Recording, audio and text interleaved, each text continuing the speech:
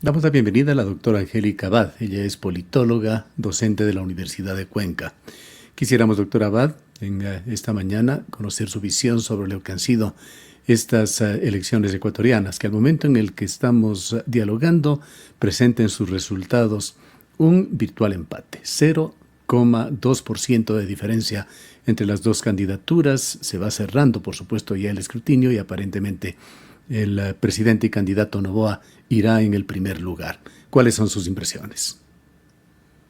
Bueno, hay varias, ¿no? La primera, respecto a esa amplia oferta política que no logró amasar, salvo quizás merezca mención el caso de Leonidas Issa y un poco de Andrea González, pero el hecho de que esa variopinta oferta no haya logrado captar la atención del público, la justificación que dan la mayoría de ellos es que la cancha ha estado inclinada, lo cual es cierto, pero también creo que es un claro mensaje a todas esas maquinarias electorales y a todos esos partidos de alquiler de que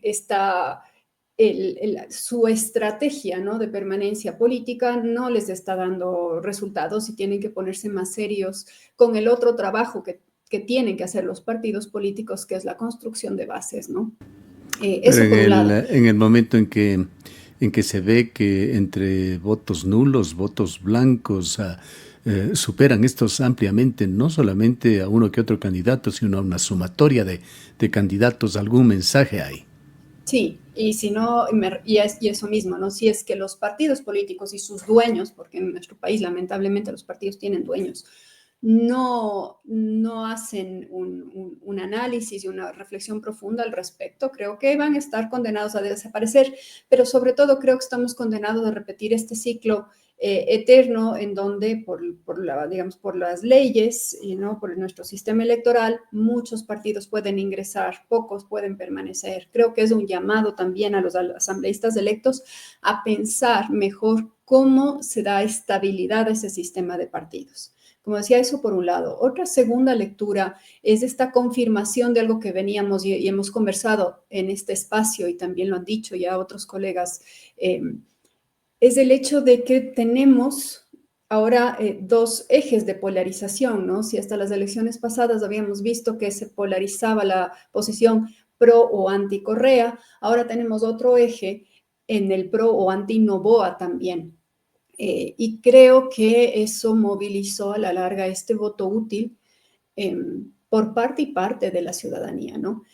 Esa sería una segunda lectura. Una tercera lectura sería qué les dice esto a los candidatos finalistas, ¿no? ¿Qué significa para Noboa el haber ganado pero haber perdido, en realidad, como decía Santiago Basabe, ¿no?, en su columna el día de ayer? ¿Qué significa para Luisa González el haber logrado mejorar la posición y el caudal de votación de la Revolución Ciudadana en todos estos años? Desde que Correa se salió de la arena política, no habían podido repuntar de esa manera. Y son mensajes que para ambos también son un tirón de orejas respecto de qué es lo que realmente quiere la ciudadanía, tanto en la praxis y en la ejecución de gobierno, en el caso de Novoa, como en el caso de Luisa González, de cómo debería plantearse ese futuro gobierno y qué tipo de liderazgo realmente se quiere de ella, ¿no?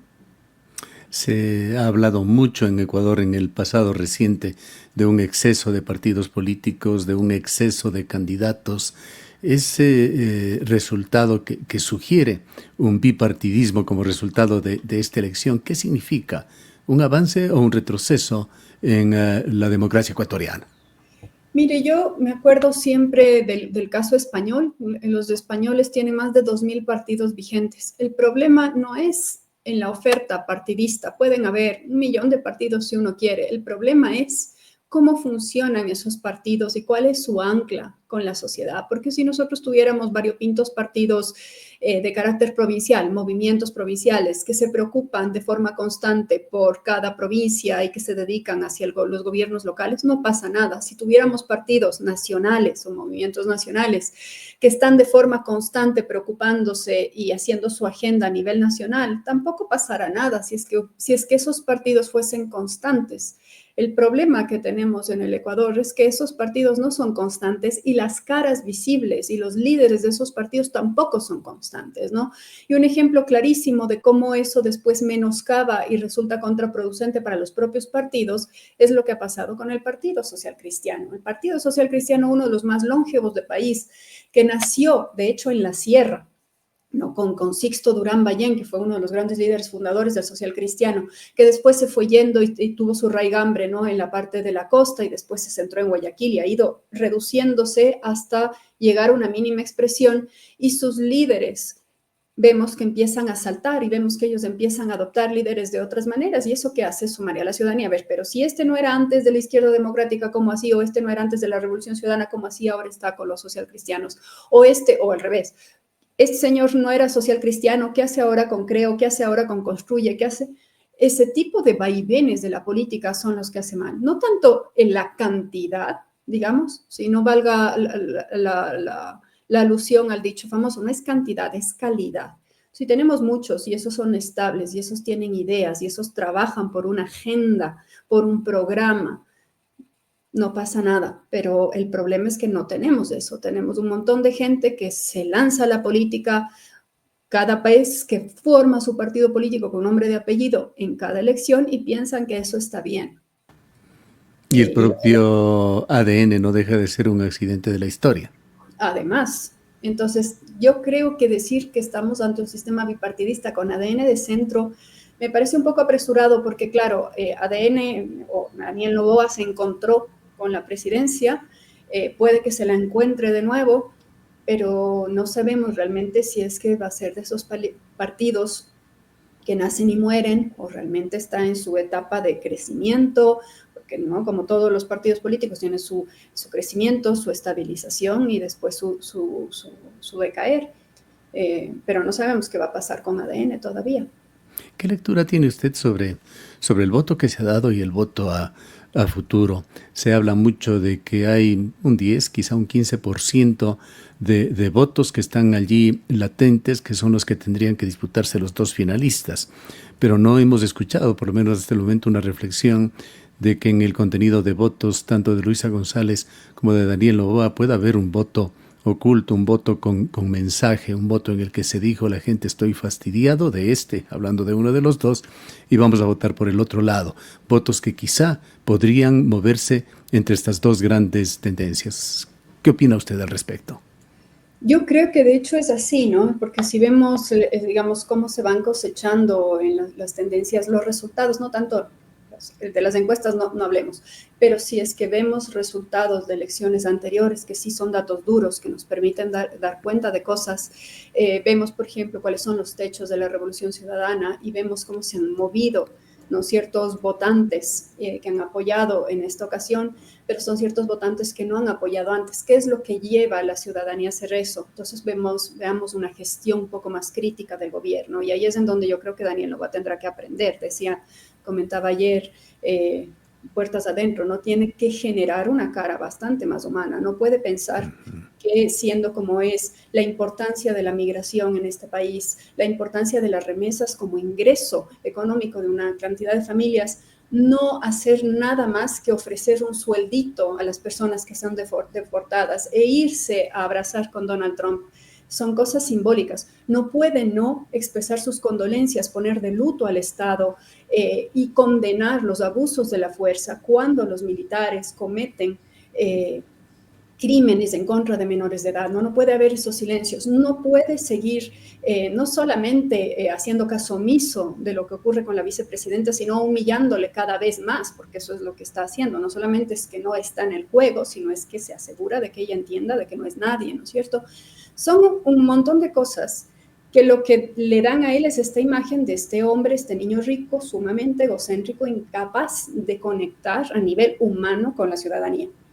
Y con todas las flagrancias y las violaciones al Estado de Derecho y la democracia, que nos da cuenta pues, que si hay en el Ecuador un porcentaje, aunque no sea mayoritario de la población, que cree en la democracia, y ese porcentaje que tiene a la democracia quizás como un nivel superior, ciertos estándares, ¿no? Ciertas formas y modos operandi de cómo se debe ejercer la política, no está dispuesto a conceder eso. Entonces tendrá que mostrar cómo sí puede él modificarse. Del lado de Luisa González, en cambio, que son las personas que a pesar de esto sí votaron por Noboa, porque no son capaces de entender el retorno no es de Luisa González, el retorno del correísmo.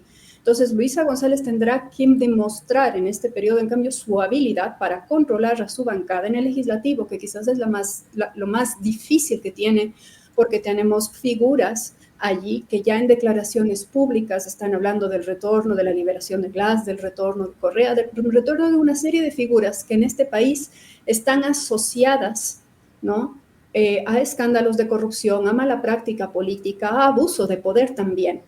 Entonces, si ella quiere recabar el voto de, por ejemplo, votantes de la Unidad Iza o votantes o votantes que anularon el voto o robarle el voto a Noboa, si es que es posible, va a tener que demostrar también cómo ella es capaz de desmarcarse, ¿no?, de estas otras líneas rojas. Entonces, estamos en un país en donde efectivamente hay líneas rojas que sí se están moviendo, insisto, dentro de ese continuo, ¿no? O yo soy anti-Noboa porque es antidemocrático, o soy anti-Correa porque es antidemocrático también. Entonces, yo creo que es un llamado de atención hacia posiciones más conciliadoras y más responsables con el ejercicio de la política.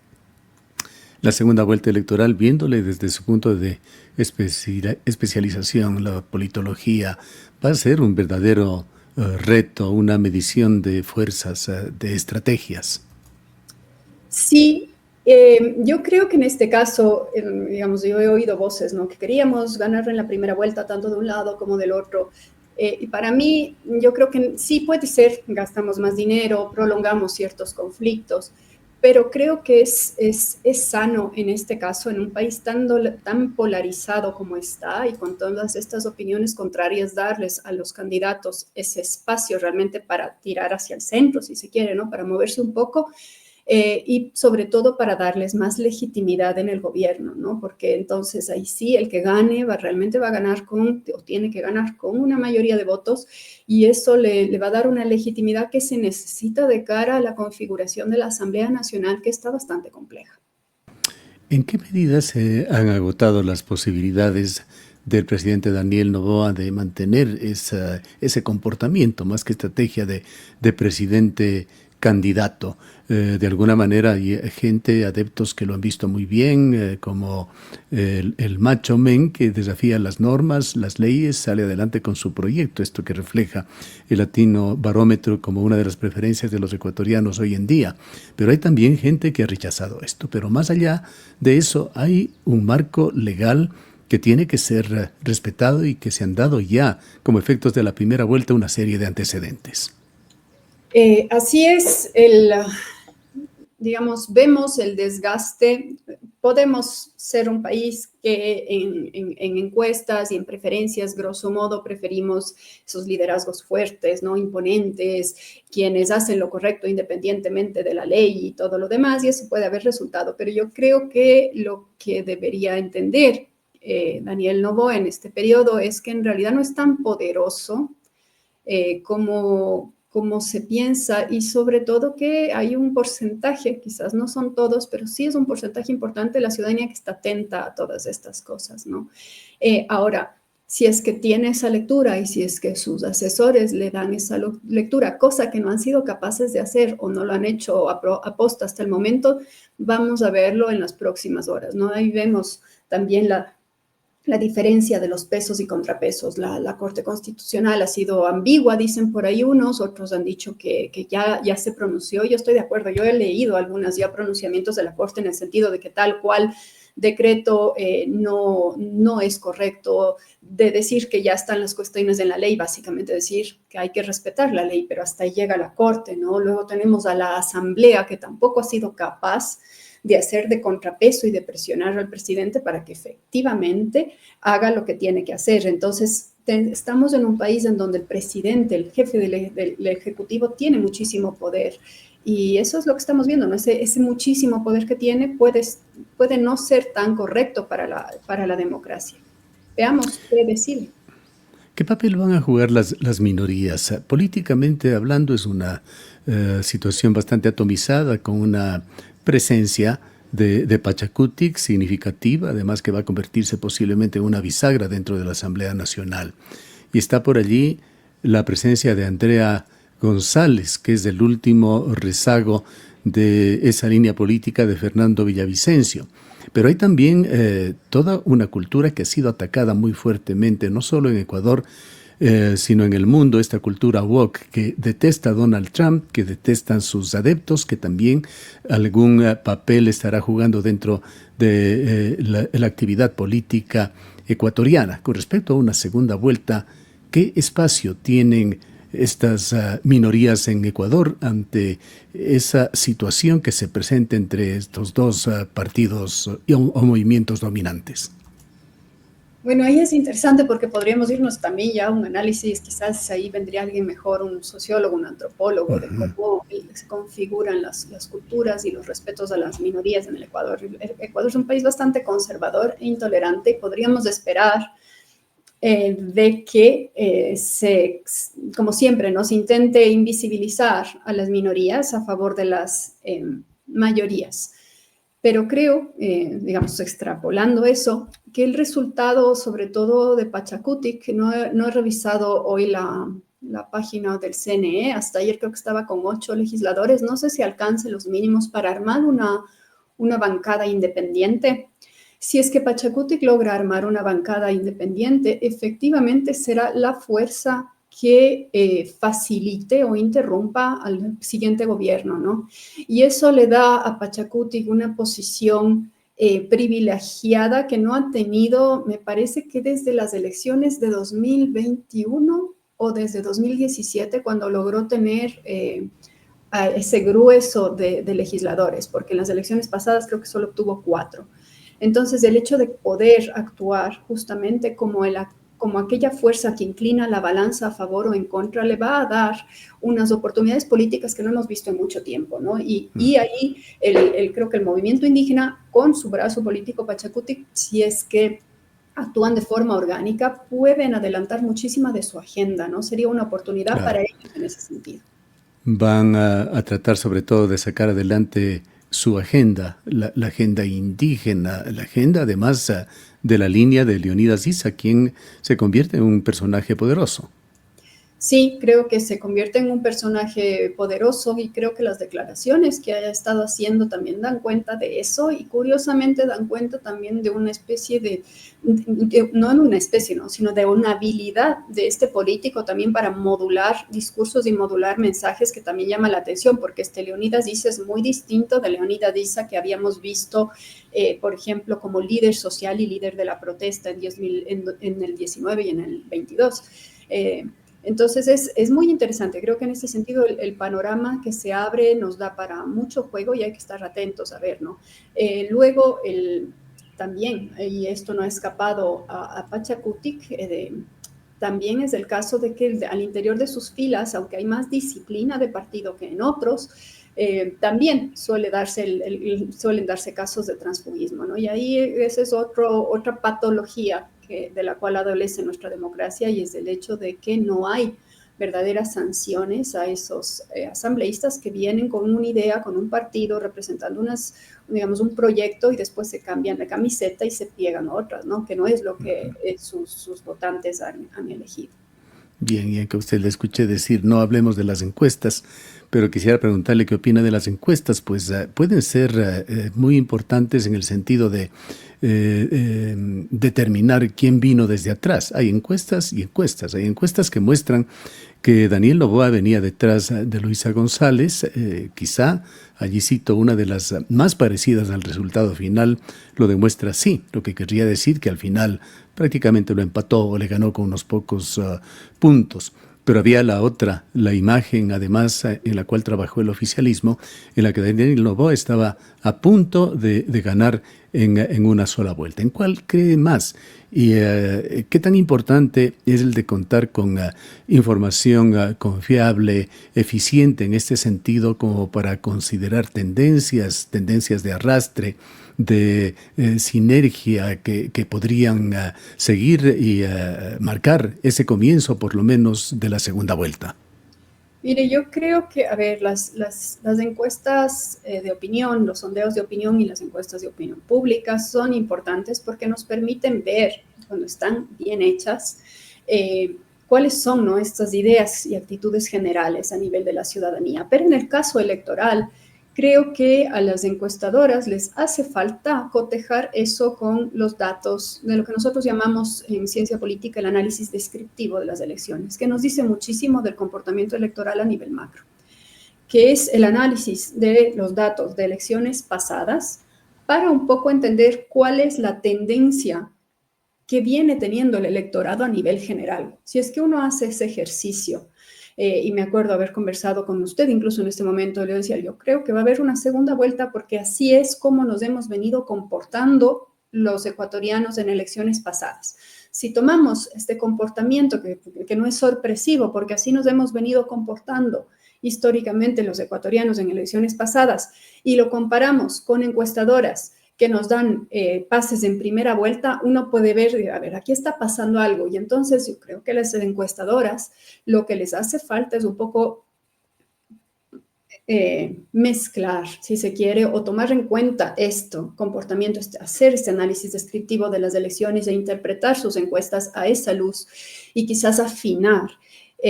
Sobre todo la transparencia de sus datos, ¿no? Porque si es que me dicen, a ver, yo he tomado esto en Cuenca, Quito y en Guayaquil, y yo digo que va a ganar Daniel Noboa, muy bien, pero ¿dónde lo tomó usted? Porque no es lo mismo hablar de Cuenca, Quito y Guayaquil y hablar yo qué sé, Quito y haber hecho la encuesta alrededor del Parque de la Carolina, o haber ido a Guayaquil y haber estado en el Malecón 2000 haciendo la encuesta, que en un barrio periférico. Me dicen, no, es que no vamos a los barrios periféricos porque allí es muy, muy inestable la situación. Bueno, pero esas personas votan y son muchas también. Entonces, su encuesta no me está reflejando el voto de Guayaquil, el voto de Quito, el voto de Cuenca, me está reflejando el voto de estas áreas específicas de acuerdo como además usted tomó. Y todas esas son decisiones técnicas que saben perfectamente bien las empresas de mercadeo y las encuestas de estudios de opinión, ¿no? Porque tiene que ver con toda la técnica de muestreo en específica. Yo creo que les falta eso, ¿no? Tenemos este comportamiento de elecciones pasadas que también los medios harían bien en ver. Esto pasó antes. Tenemos estas encuestas, no nos causan confianza porque, a ver, veamos la ficha técnica. Yo siempre digo, a ver la ficha técnica, pero esas fichas técnicas son realmente escuetas cuando se dan, ¿no? Y hay que saber interpretar la luz a los resultados minúsculos de esa ficha técnica, porque si lo que yo estoy mostrando es el resultado de Quito Norte, es de Quito Norte, no es de Quito en su conjunto. Y eso causa distorsiones respecto del comportamiento de las elecciones, porque después, claro, las personas ven y se preocupan y realmente no tienen un dato real. Lamentablemente, en este país no existe un organismo estatal independiente que sea capaz de levantar esas encuestas y que sea el que guíe y marque la pauta. Debería haberlo. En otros países realmente lo hay, ¿no? Por ejemplo, en México el CIDE es el encargado de levantar toda esta información y encuestas de opinión pública a nivel representativo, a nivel incluso municipal, o en España está el CIS. Son datos oficiales en los que uno puede confiar realmente, ¿no? Y no tenemos. Entonces, sí, yo por eso critico mucho las encuestas aquí, porque me parece que adolecen de esa parte de, si se quiere, calidad académica, ¿no? Que es lo que sí tendríamos, o lo que buscamos cuando hacemos o cuando enseñamos estas cosas en la universidad. Bien, para finalizar, le pediría una mirada geopolítica o por lo menos regional sobre la importancia de estas elecciones en Ecuador con todo lo que está pasando en el continente, incluyendo en esto Norteamérica, por supuesto.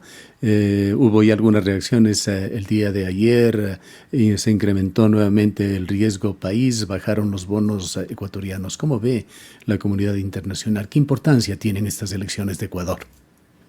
A ver, creo que a nivel geopolítico son importantes porque van a marcar también la pauta de qué es lo que ocurra dentro de este escenario, digamos, para nosotros son importantes. Luego, si es que nos trasladamos a los Estados Unidos, probablemente no les importe nada, y a los mexicanos tampoco, ¿no? Pero para nosotros es importante porque dependiendo de quién gane, podemos esperar, ¿no? Determinado tipo de acción o de otra, ¿no? Me parece, por ejemplo, si es que gana Luisa González, ya lo ha dicho la propia presidenta de México, se restablecerán relaciones.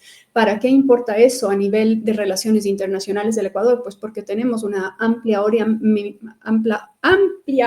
migratoria, y México es el país de paso y por ahí están nuestros migrantes que desde que se rompieron relaciones, cuando necesitan algo, les toca ir a tocar la puerta al hermano Perú para que les puedan asesorar y ayudar. Entonces es importante nosotros tener ahí no tanto por relaciones comerciales, sino justamente porque es es el país de acceso hacia los Estados Unidos y ahí tenemos un montón de población vulnerable que necesita la protección del Estado, por ejemplo. Si es que en cambio gana Noboa, podemos esperar quizás, ¿no es cierto?, de que sea capaz de establecer una cierta cercanía ideológica con el gobierno de Trump y que a lo mejor eso se traduzca en alguna ligera ventaja para las personas que están ahí. No veo a Noboa realmente interesado en los migrantes que están allí, pero a lo mejor el fortalecimiento de las relaciones comerciales y el mantenimiento de líneas de crédito y tal, aunque Trump tampoco es amigo del FMI ni de los multilaterales, ¿no? Entonces, en ese sentido, tampoco veo del momento cómo va la política de los Estados Unidos que nos vaya a ayudar demasiado, ¿no? Pero sí nos representan dos caras de cómo podemos abordar o cómo podríamos abordar distintos problemas, ¿no? Ahorita hemos utilizado la migración de ejemplo, podríamos utilizarla con otras cosas. Bien, le agradecemos mucho por habernos acompañado. A usted, muchas gracias. Declaraciones de la doctora Angélica Abad, politóloga, docente de la Universidad de Cuenca.